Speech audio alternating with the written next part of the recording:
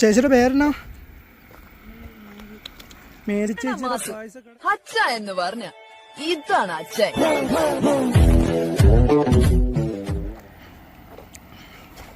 ചേച്ചിയുടെ പേരെന്നാ? മേരി ചേച്ചിയുടെ പായസക്കടയാട്ടോ. പായസമുണ്ട്, ഇഞ്ചിമിഠായി ഉണ്ട്, നല്ല പാലടപ്രഥമൻ വരെ കിട്ടുന്നുണ്ടല്ലേ.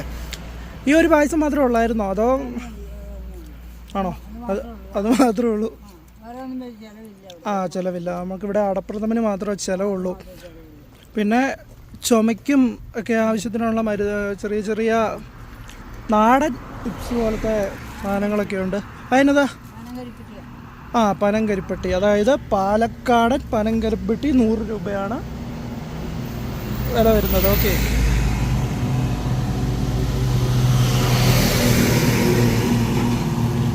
അപ്പം നമ്മുടെ ചെറുതോണിക്ക് പോകുന്ന റൂട്ടിലാണ് ഈ ചേച്ചിയുടെ കട വരുന്നത്. ഓക്കെ,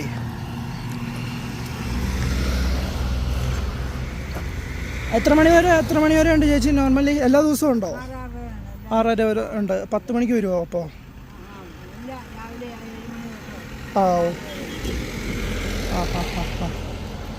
അങ്ങനെയാണല്ലേ.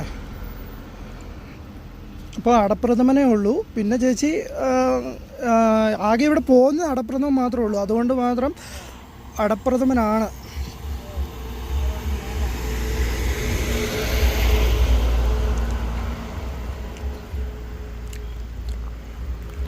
നല്ല വ്യൂ ഒക്കെ കണ്ട് പായസം കുടിക്കാൻ പറ്റിയൊരു ഏരിയ കേട്ടോ. ഇതിന് മുകളിലാണ് നമ്മുടെ ആലിഞ്ചോട്. ആദ്യം ഒരു ഇഞ്ചിമിഠായി കട മാത്രമായിരുന്നു അല്ലേ, എന്നിട്ട് പായസക്കടയായി അല്ലേ.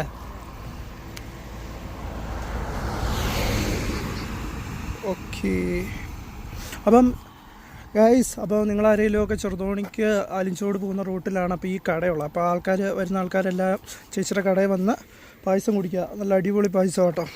ചേച്ചി തന്നെ വീട്ടിലുണ്ടാക്കി കൊണ്ടിരുന്നതുകൊണ്ട്. പിന്നെ പറ്റുന്നവരെല്ലാം പനം കരിപ്പെട്ടി മേടിച്ച് സഹായിക്കുക. പാലക്കാടൻ, അതായത് പാലക്കാട്ടിൽ നിന്ന് വരുന്നതാണോ അപ്പോൾ? പാലക്കാട് നിന്ന് വരുന്ന കരിപ്പെട്ടിയും മേടിക്കുക. ഓക്കെ, അപ്പോൾ ഈ വീഡിയോ ഇഷ്ടപ്പെട്ടാൽ ലൈക്ക് ചെയ്യുക, കമൻറ്റ് ചെയ്യുക, സബ്സ്ക്രൈബ് ചെയ്യുക. പറ്റുവാണെങ്കിൽ ആ ബെൽ ബട്ടണും കൂടി നോക്കണം. അപ്പോൾ ഞാനെടുത്ത് ഇതുപോലത്തെ നല്ല അടിപൊളി വീഡിയോകൾ നിങ്ങൾക്ക് എല്ലാവർക്കും എത്തിച്ചേരുന്നതായിരിക്കും. അപ്പോൾ താങ്ക്സ്. എൻ്റെ മോനെ ഒരു രക്ഷയില്ലാട്ടോ, കിടിലം പായസം. അതായത് നമ്മുടെ ചെറുതോണിക്ക് പോകുന്ന റോഡ് സൈഡിൽ തന്നെയാട്ടോ ഈ പായസക്കട ഉള്ളത്. ഉള്ള അടപ്രഥമനാട്ടോ. ചേച്ചി തന്നെ വീട്ടിൽ നിന്ന് ഉണ്ടാക്കിക്കൊണ്ട് വരുന്നത്. വീട് ഇവിടെ മുകളിൽ തന്നെയാണ്. നമുക്ക് കുറച്ചുകൂടെ കാഴ്ച കാണിച്ചു തരാം.